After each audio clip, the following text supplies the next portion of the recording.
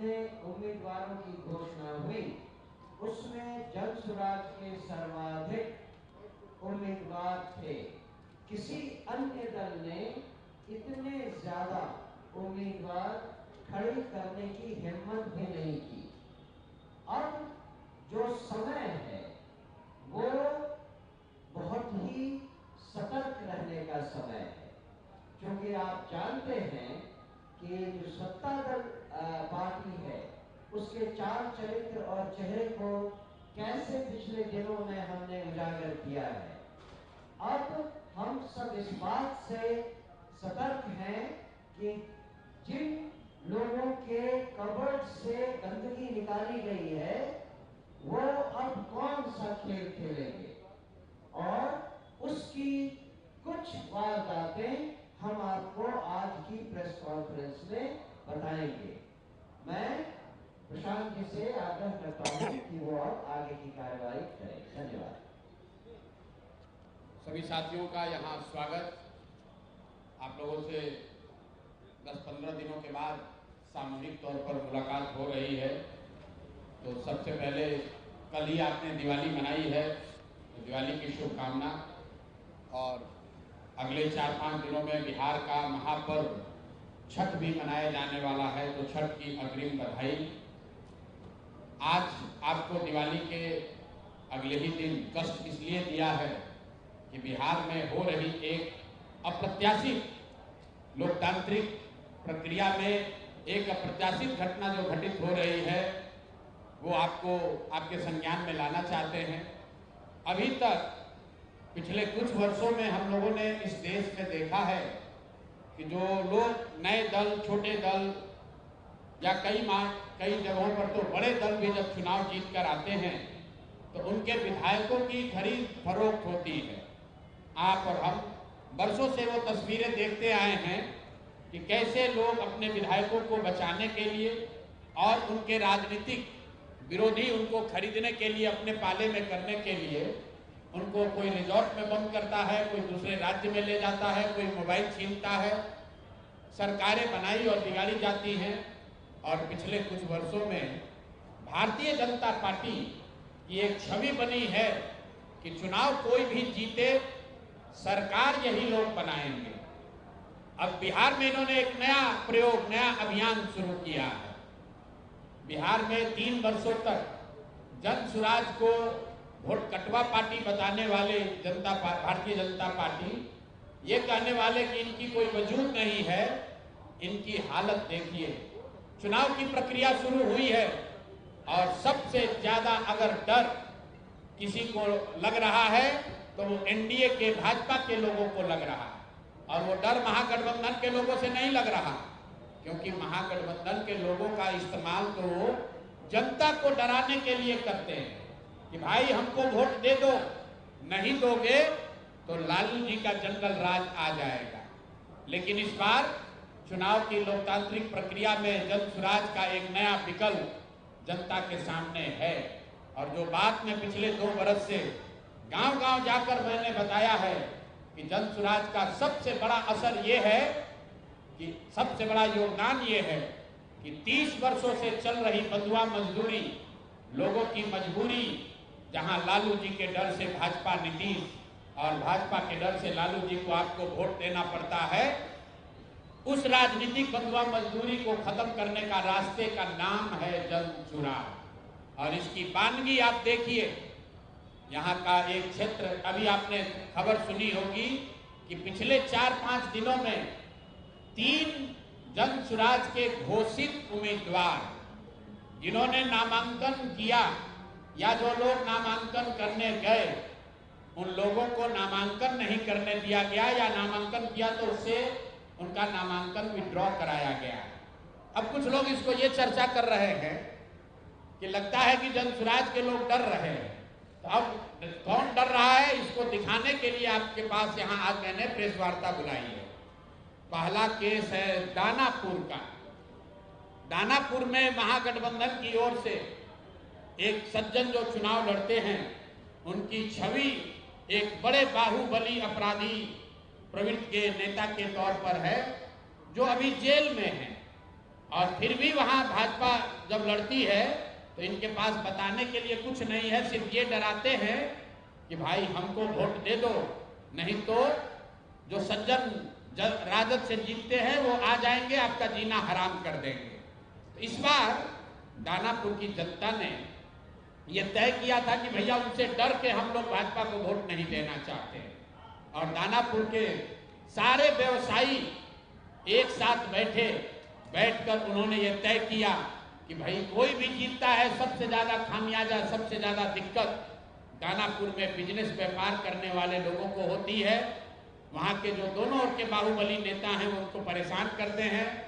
तो वहां के लोग यहाँ आए, मेरे साथ उनकी 3 राउंड 4 राउंड बैठकें हुई और सब ने मिलकर अपने में से, आपस में से एक राजनीतिक व्यक्ति जो वहां पर व्यवसायी भी हैं, उनका नाम अखिलेश है, उसे बोलचाल की भाषा में उनका नाम मुटुर शाह है।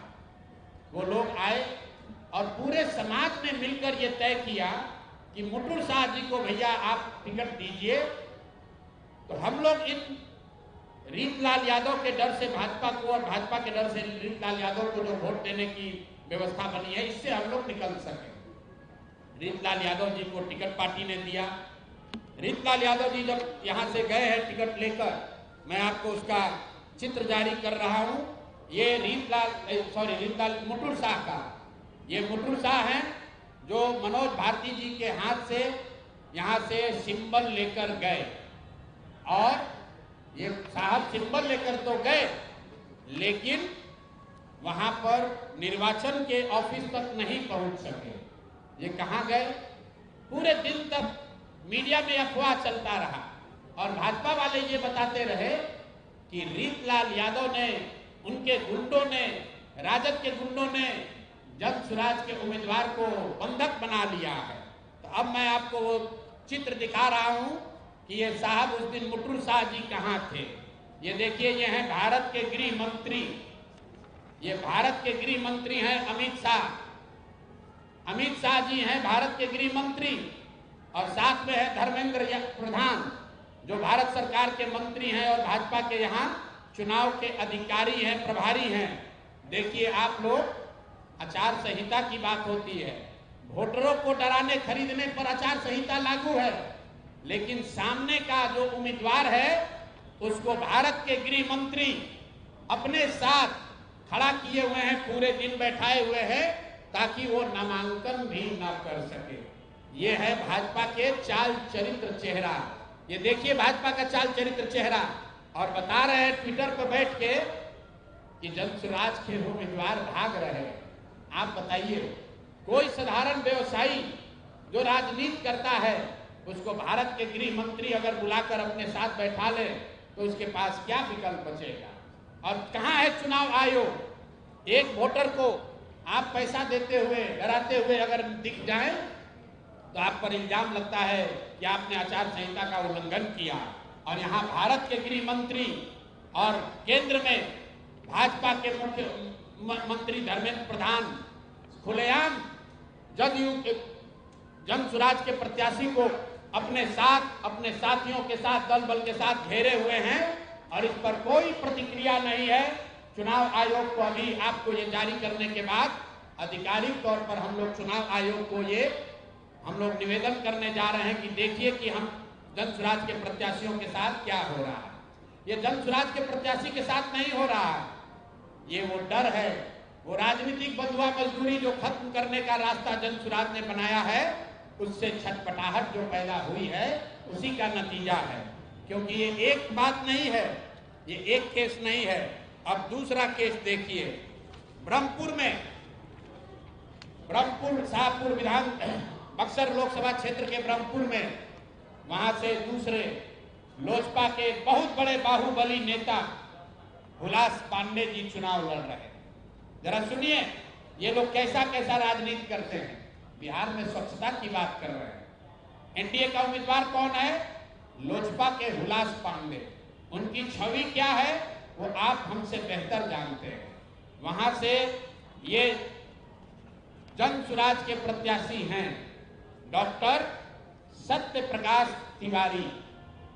देख लीजिए, पटना में बहुत बड़ा नेत्र अस्पताल चलाते हैं और इनका चेहरा देख लीजिए कि एक दबाव में इन्होंने टिकट लिया है कि खुशी खुशी लिया है।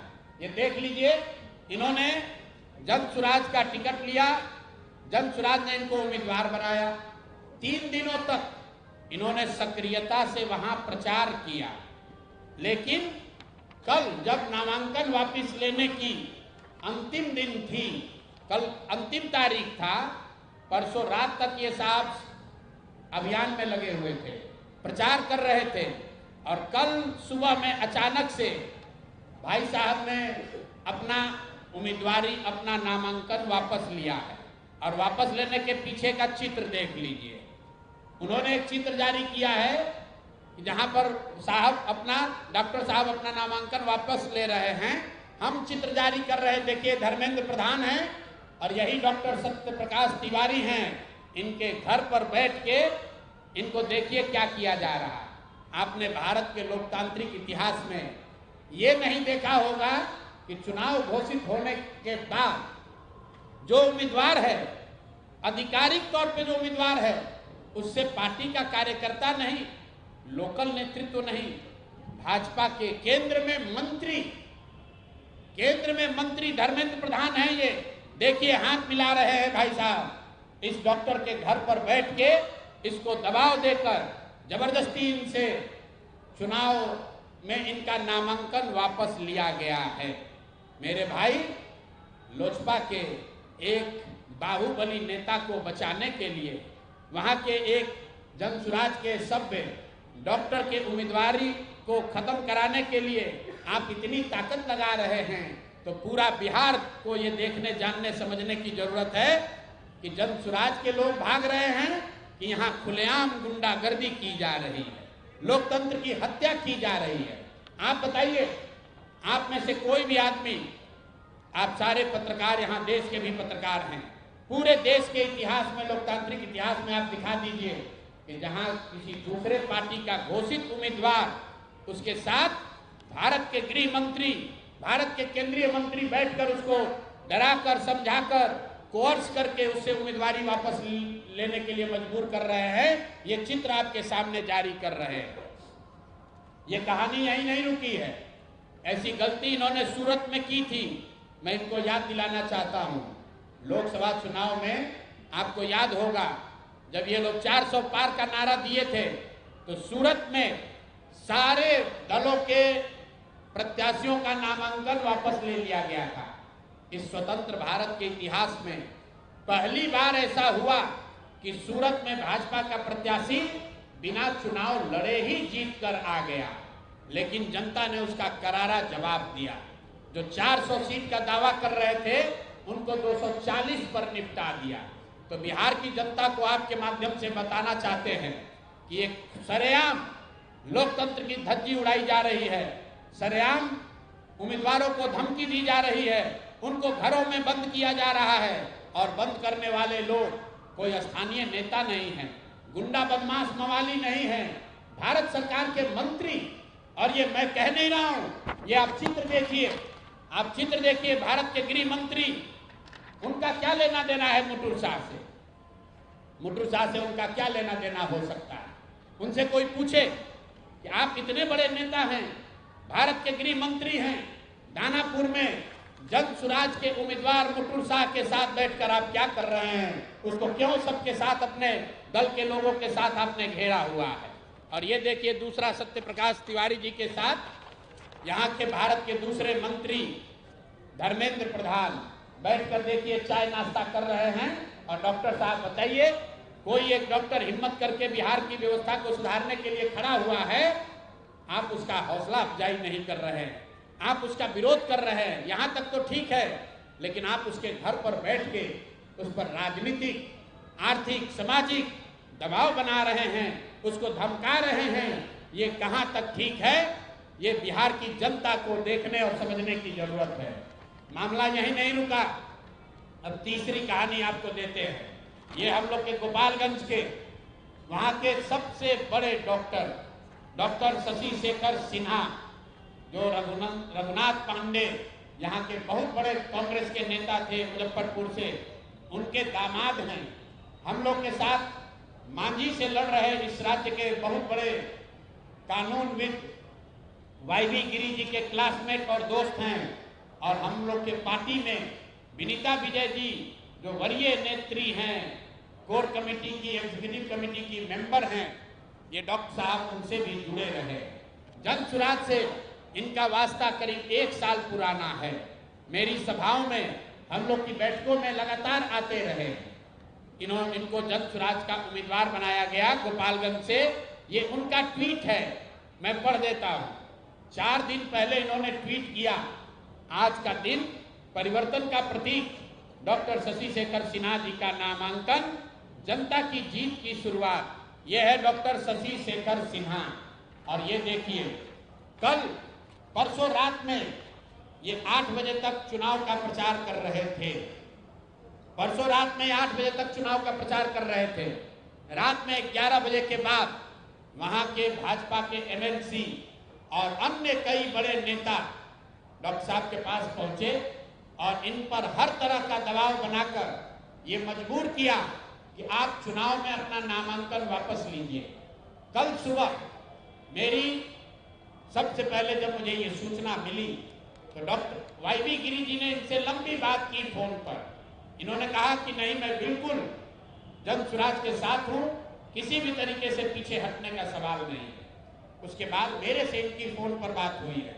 11 बजे मैं आपको फोन का कॉल रिकॉर्ड जारी कर सकता हूं। 11 बजे डॉक्टर साहब से बात हुई है।